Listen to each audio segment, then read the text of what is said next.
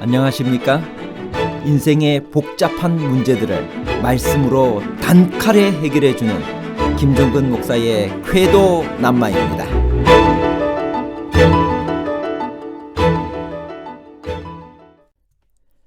백마리 양 중에서 잃어버린 한 마리 양을 찾으러 나서는 것은 비율적으로 볼 때 비상식적인 행동이 아닌가요?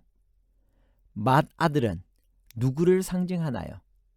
자기가 잃어버림을 당했는지도 모르는 채 살아가는 사람들을 대표하는 비유는 잃은 양 비유인가요? 아니면 잃어버린 드라크마에 대한 비유인가요?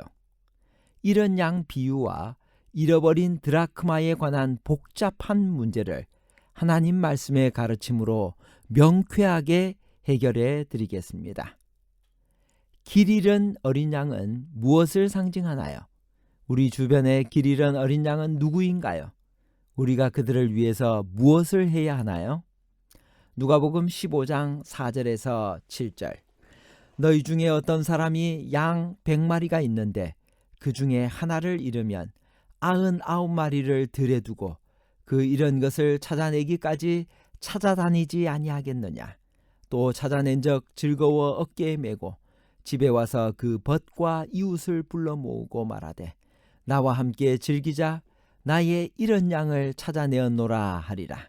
내가 너희에게 이르노니 이와 같이 죄인 한 사람이 회개하면 하늘에서는 회개할 것 없는 의인 99으로 말미암아 기뻐하는 것보다 더하리라.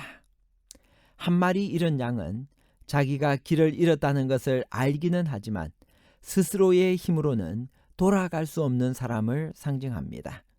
이런 죄인 하나가 회개하면 하늘에서는 회개할 것 없는 의인 99을 인하여 기뻐하는 것보다 더 기뻐할 것입니다.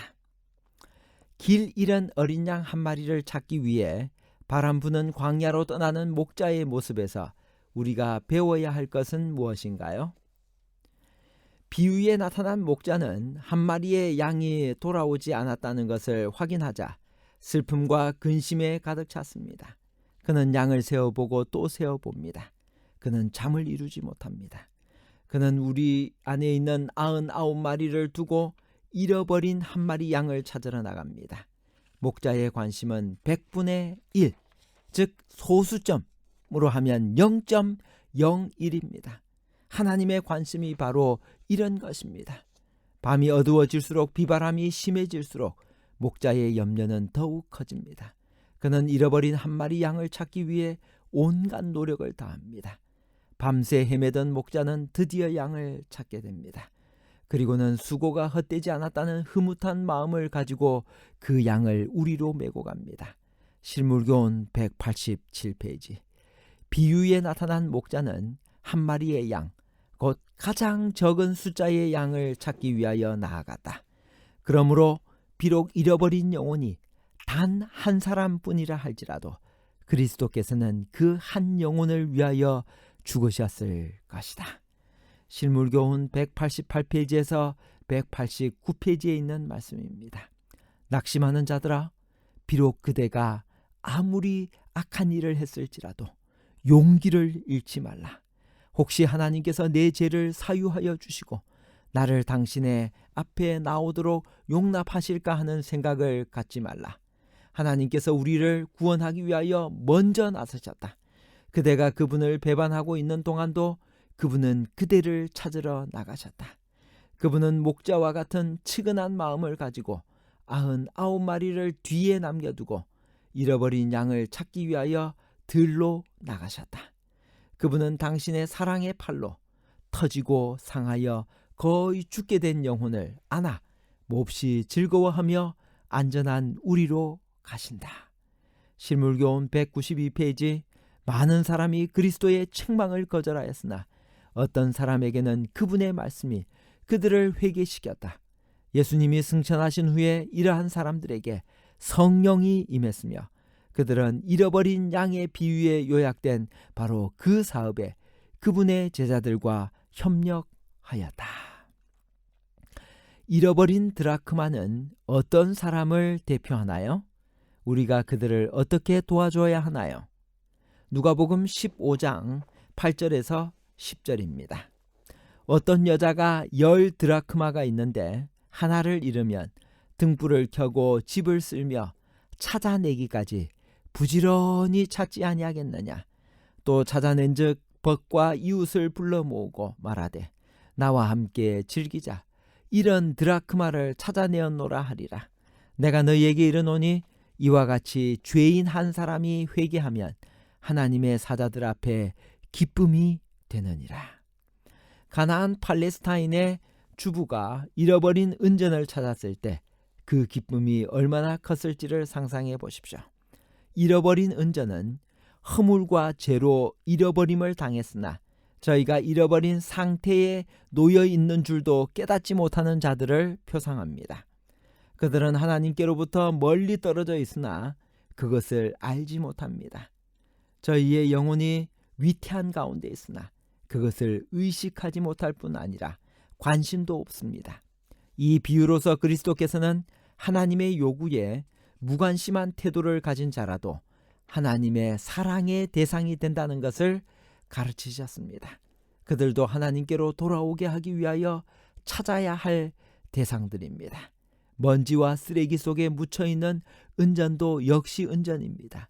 그 소유자가 그것을 애써 찾는 것은 그것이 그 사람에게는 귀중한 가치를 지니고 있기 때문입니다.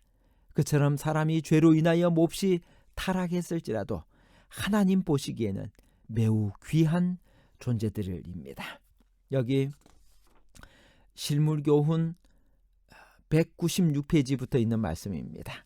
한 영혼의 가치를 누가 능히 평가할 수 있겠는가? 만일 그대가 그 가치를 알고자 하면 겟세마네 동산으로 가서 거기서 그리스도께서 핏방울과 같은 땀을 흘리시면서 몹시 고민하시는 그분을 주목하여 보라. 십자가에 달리신 구주를 바라보라. 나의 하나님, 나의 하나님, 어찌하여 나를 버리셨나이까 하는 낙담의 부르짖음을 들어보라. 상처를 입은 머리와 찔린 옆구리와 상한 발을 바라보라. 그리스도께서 온갖 위험을 무릅쓰신 것을 기억하라. 우리의 구속을 위하여 하늘 자체가 위험을 무릅썼던 것이다. 한 명의 죄인을 위해서라도 그리스도께서 당신의 목숨을 버리셨을 것이라는 사실을 기억하면서 십자가에 가까이 나아간다면 거기서 그대는 한 영혼의 가치를 평가할 수 있을 것이다. 탕자가 돌아올 때 탕자를 맞이하는 아버지의 모습은 어떠했나요? 하나님의 어떤 사랑을 가르쳐주고 있나요? 누가복음 15장 20절. 이에 일어나서 아버지께로 돌아가니라. 아직도 상거가 먼데 아버지가 그를 보고 측은히 여겨 달려가 목을 안고 입을 맞추니. 실물교훈 206페이지.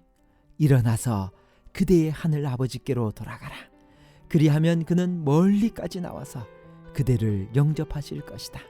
만일 그대가 회개하고 그분을 향해 한 걸음만 내디딘다 해도 그분은 재빨리 무한하신 사랑의 팔로 그대를 안아 영접하실 것이다. 그분의 귀는 통회하는 자의 부르짖음을 듣기 위해 열려 있다. 하나님을 사모하는 생각이 싹 트는 그 순간에 그분은 그것을 아신다. 아버지가 탕자에게 준 것이 무엇인가요? 첫 번째, 제일 좋은 옷을 주었습니다. 이것은 구원의 옷입니다. 새로운 신발을 주었습니다. 에베소 6장 15절에 보면 평안의 복음이 준비한 것으로 신을 신고 복음의 신발입니다. 유앙겔리온 신발입니다. 세 번째, 즐거운 잔치를 벌였습니다. 하늘에서의 어린 양의 혼인 잔치를 가르칩니다. 주께서 그대를 인도하여 잔치하는 집에 들어가리니 그대 위에 세운 그 기는 사랑이 될 것이다. 실물교훈 206페이지. 그런데 여기에 큰아들을 어떻게 묘사하고 있는가? 실물교훈 209페이지. 여기에 나오는 맏아들은 세리와 죄인으로 간주되는 사람들을 업신여기던 그리스도 당시에 회개하지 않은 유대인과 각 시대의 바리새인과 같은 사람들을 대표한다. 그들은 저희 자신이 그다지 큰 죄를 짓지 않았기 때문에 스스로 의롭다는 생각을 갖는다. 결론입니다. 첫 번째, 비록 잃어버린 영혼이 단 한 사람뿐이라 할지라도 그리스도께서는 그 한 영혼을 위하여 죽으셨을 것입니다. 둘째, 자기가 잃어버림을 당했는지도 모르는 채 살아가는 사람들을 대표하는 비유는 잃어버린 드라크마에 대한 비유입니다. 셋째, 누가복음 15장의 탕자의 비유에 나오는 마다들은 세리와 죄인으로 간주되던 사람들을 업신여기던 그리스도 당시에 회개하지 않는 유대인과 각 시대 바리새인과 같은 사람들을 대표합니다. 감사합니다.